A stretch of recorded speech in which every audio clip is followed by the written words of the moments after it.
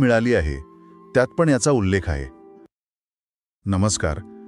आज आपण एक अशा भावनेबद्दल बोलणार आहोत जी मला वाटतं बऱ्याच जणांना अनुभवायला येते.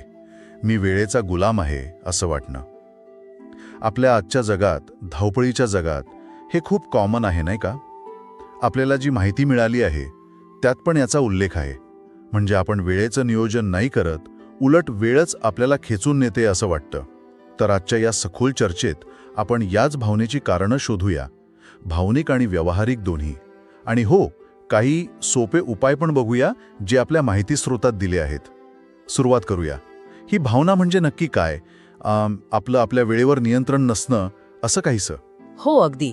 म्हणजे सतत असं वाटणं की वेळ आपल्या हातातून निसटून चालली आहे आणि आपण फक्त मागे धावतोय. बरोबर. आणि आपल्या माहितीमध्ये ना ह्याच्या भावनिक पैलूंवर जास्त भर दिलाय असं दिसते. उदाहरणार्थ, ती सततची घाईची भावना, कॉन्स्टंट रश म्हणतात त्याला. आणि त्यावर एक उपाय सांगितलाय, दिवसाची फक्त तीन महत्वाची कामं निवडायची. पण मला थोडं आश्चर्य वाटतं, फक्त 3 कामांनी ते एवढी मोठी घाईची भावना कशी कमी होणार? म्हणजे गंमत अशी आहे की हे फक्त कामांची यादी करणं नाहीये. माहिती सांगते की हे एक प्रकारे काय म्हणतात त्याला, मानसिक बदल आहे. नियंत्रणाची भावना परत मिळवण्याचा प्रयत्न. अच्छा.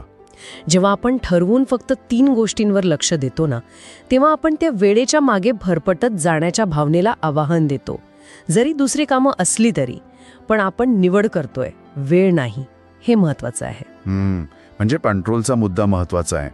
आणि हेच मला पुढच्या मुद्द्याशी जोडलेलं वाटतंय, ते स्वतःसाठी वेळ काढणं, टाइम फॉर मायसेल्फ. तो कॅलेंडरमध्ये नोंदवायला सांगितलाय. हा फक्त आराम नाहीये, बरोबर, काहीतरी वेगळं आहे यात. अगदी. माहितीनुसार ना, हा वेळ म्हणजे फक्त रिकामा वेळ नाही. तो आपल्या ओळखीचा एक महत्वाचा भाग आहे. म्हणजे आपलं काम, आपल्या जबाबदाऱ्या ह्यांच्या पलीकडचा आपला एक स्वतःचा वेळ. म्हणजे छंद वगैरे जोपासणं. हो, आवडीची गोष्ट करणं, मग ते वाचन असो, संगीत ऐकणं असो, काहीही. हे आपल्याला आठवण करून देतं की आपण फक्त कामाचे यंत्र नाही आहोत. हो ना. आणि जेव्हा हे नियंत्रण आणि स्वतःसाठी वेळ मिळत नाही, तेव्हा मग तो थकवा येतो, बर्नआउट, कंटाळा.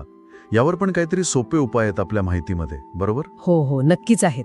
आणि खूप साधे आहेत.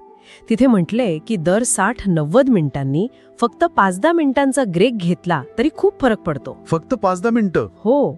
आणि त्यात काही मोठं करायचं नाहीये. फक्त खुर्चीवरनं उठणं, थोडं चालणं किंवा अगदी खिडकीबाहेर बघणं सुद्धा पुरेसं आहे. आणि दुसरी गोष्ट म्हणजे पश्चाताप टाळण्यासाठी, म्हणजे रिग्रेट. आठवड्यातून एकदा तरी आपल्या माणसांसाठी किंवा आपल्या छंदासाठी ठरवून वेळ काढायला हवा. असा वेळ ज्यात व्यत्यय येणार नाही. हे महत्वाचं आहे. तर या भावनिक गरजा झाल्या, पण मग व्यावहारिक चुकांचं काय? Poor time management. त्यानं सकाळची सुरुवात खूप सोपी होते, गोंधळ होत नाही. आणि ह्याच संदर्भात अजून एक गोष्ट, उत्पादकता कमी होणं, रिड्युस्ड प्रोडक्टिव्हिटी. त्याचं कारण मल्टीटास्किंग सांगितलंय. अगदी. माहिती स्पष्टपणे सांगते की मल्टीटास्किंग टाळा, एका वेळी एकाच कामावर लक्ष द्या. हो, हे मल्टीटास्किंगमुळे वाटतं की खूप कामं होतात, पण कामाचा दर्जा घसरतो आणि खरं तर वेळ जास्त लागतो. हे पटतंय. आणि ह्या एकाग्रतेमुळे कदाचित ते डेडलाईन्स चुकणं पण टाळता येत असेल, मिसिंग डेडलाईन्स. बरोबर. त्यासाठी पण माहितीमध्ये सल्ला दिला आहे. एक तर कामासाठी वास्तववादी डेडलाईन ठरवा, रिअलिस्टिक डेडलाईन. आणि दुसरं म्हणजे कामाचे छोटे छोटे भाग करा आणि लगेच सुरुवात करा. टाळ्याल ढकल नको, प्रोक्रॅस्टिनेशन टाळायचं. लगेच सुरुवात करणं महत्वाचं. हो.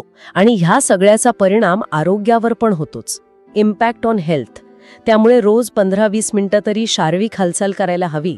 साधं चालणं किंवा योग, काहीही. त्याने तणाव कमी होतो आणि ऊर्जा वाढते असं म्हटलंय. अगदी.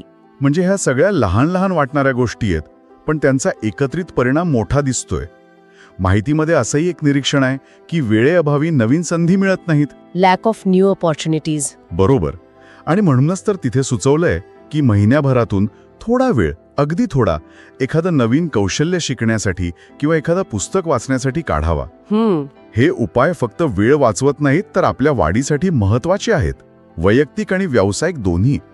आणि मग हळूहळू आपण वेळेचे गुलाम न राहता वेळेचे मालक बनण्याच्या दिशेने जातो. तर एकंदरीत या चर्चेचा सार काय काढता येईल?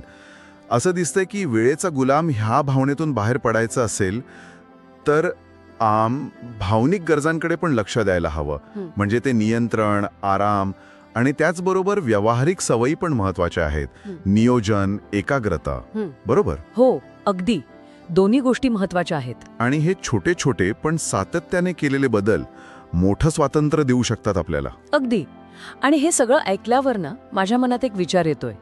आपल्या माहितीमध्ये स्वातंत्र्याच्या तीव्र इच्छेबद्दल बोलताना म्हणजे डिझायर फॉर फ्रीडम, त्यात उत्स्फूर्ततेसाठी पण जागा ठेवावी असं म्हटलंय. स्पॉन्टॅनिटी. अच्छा, म्हणजे नियोजनाबरोबरच. हो, म्हणजे नियोजन तर महत्वाचं आहेच, पण त्या ठरलेल्या वेळापत्रकात अगदी जाणीवपूर्वक थोडीशी मोकळीक ठेवणं, अनियोजित वेळ. असं केल्याने ती वेळेच्या बंधनातून खऱ्या अर्थाने मुक्त झाल्याची भावना अजून वाढेल का? हा विचार करण्यासारखा मुद्दा आहे खरंच. नियोजनात थोडी उत्स्फूर्तता. इंटरेस्टिंग.